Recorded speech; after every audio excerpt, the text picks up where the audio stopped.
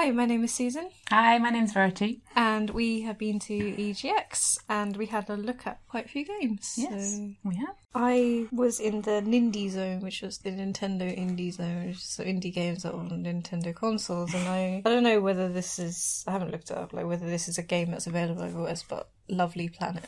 Lovely Planet. And I thought, I went up to it and I was like, oh yeah, this looks like a game I might like because, kind of flat colours, bright colours, hearts everywhere. Were you firing some sort of Nerf arrow? Yeah, basically. And then you were destroying the Lovely Planet, is all I could see. Yeah, so it was kind of like you needed to get to a goalpost and run into the goalpost in order to finish the level. Do you know what I mean? There were no lives or anything. It was you just restarted if you died. Okay. And so it was just how long it took you to get to the goal.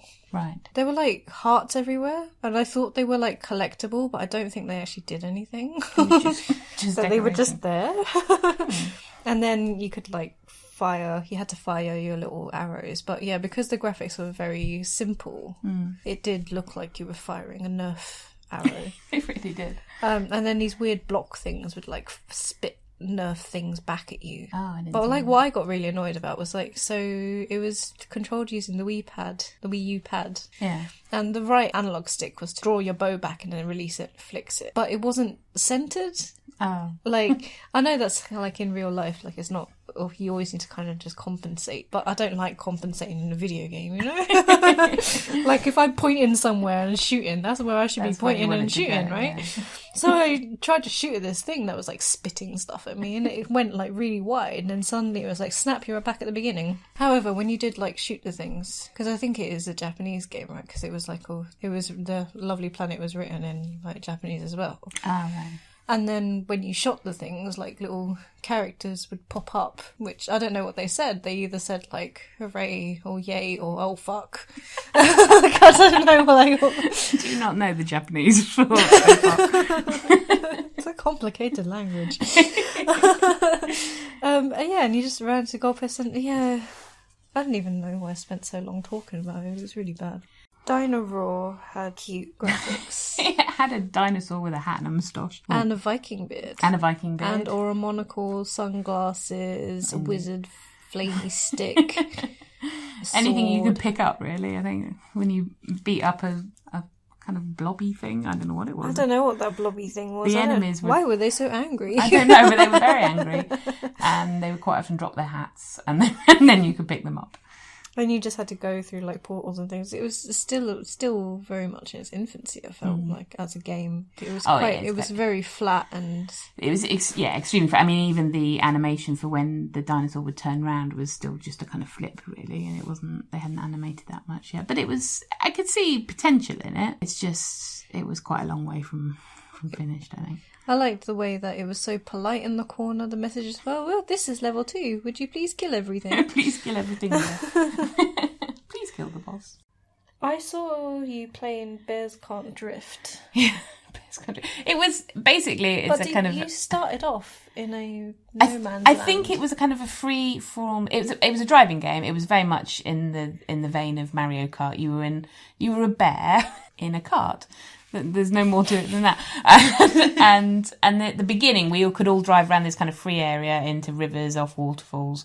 And I think that was just to learn how to drive, basically. And not that it did me any good. But you drove around and you could learn that you could pick up, you could eat fruits or something, or maybe frogs. I'm not quite sure. It was difficult to tell at speed.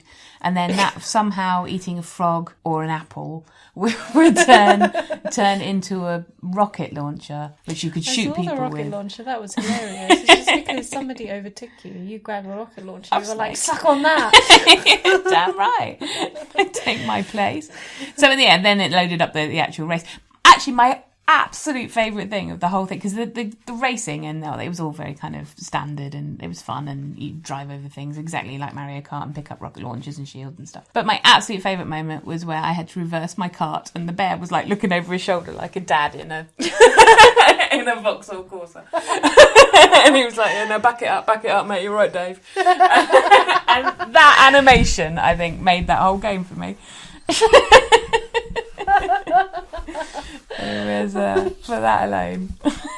I would say go out and get it. There was that really weird game. Was it like Valhalla or something it was called? Valhalla's what was it? Steampunk bartending game. Simulator. Yeah. It was bonkers. It was a Japanese visual novel style game. But you're like a bartender in a bar. It's billed as being inspired by Haruki Murakami and all the rest of those kind of things. It had a very Blade Runner feel to it. Yeah, though. it did. And so, like, a person would come in, and after, like, pages and pages of chatter, you would mix them a drink. They'd be like, oh, I want something manly, and you'd, like, search on the menu for something. Search by flavour or type of drink, and then mix it up, add ice, age it. It wasn't very exciting, though, was it? Because it wasn't... I think it's one of those slow burner type things. It was a bit of a difficult one to demonstrate at EGX, like if you're, and because they only sort of demoed like the first, chapter 0.1. I would imagine that this game is like really long, and you just, you have read like a 500-page novel by the end of it. But no, I'm good. I'm curious though, because like it looked really cool. Like I thought like it looked like part retro game. It did really remind me of games from the 90s, like I used to play on my Amiga. But yeah, I don't. Yeah, I'm curious. But I like that kind of weird, quirky. Yeah, I can see that's up your street. Do you want to talk about California or? I was just tripping balls. Basically, it was Hunter S. Thompson-esque point and click. I can't even explain what it was. I don't know. At some point, an alien was talking to me in French through a television. I think because the game was French, not because the alien was French. And then I had to... Can you imagine? Well, I had no idea. I was very confused at that moment. And then I had to pick up white triangles that sort of subverted the world, and he told me how sad my life was. Then I went outside, and then I had no idea what was happening after that. But it was very weird. Is all I can say about it. I couldn't even explain what was happening. It was too weird. The weird game that I played was Void and Meddler, and actually it was in a similar vein. Similar experience as yours. It's a game that has a tagline, nobody likes the smell of reality. And, the smell of my reality at that point being kind of like being a sweaty game show. Yeah. Was something I could relate to. But it was, it had an interesting kind of premise. Well, if the prologue was anything to go by, which I read as I clicked through it, was just something about the world is kind of, gone to hell, ultra consumerism, very Blade Runner. Again, there are a lot of those kind of games like like neo-noir. A lot of neon. Yeah. Anyway, and then she was talking about she can't really remember things. She was talking about having to go and find these objects, which are her memories, because memories are now tangible objects or something like that. And then dropped you in the scenario where you were in this girl's room, and she was like, oh, I'm going to chill out and play some music, and I better turn off the lights. I was like, okay, so that's what I need to do. And then I walked around, and I did not know how to do anything. And light switches didn't exist in the future. I went up to the things, and what I thought was the use icon was actually the pick up icon. So I ended up trying to just pick up loads of things when I thought I was trying to use them, because she'd be like, oh, I don't have time for that, meaning she doesn't have time to fit like a whole bass guitar and a keyboard inside her pockets. Meanwhile, your friends go, why are you such a filthy klepto? What is going on? I was trying to turn up, because I used the hand icon on the fridge, right? Because I thought, open the fridge. Yeah. And she was like, I can't fit that in my pocket. I'm like, I'm not asking you to fit it in your pocket. Yeah. Well, there are different types of hand icon then, or was it just... No, but then in the end it turns out that like the use icon, and this is probably a symptom of me either being very, very tired or the game not really being very clear. The use icon did not look like a use icon.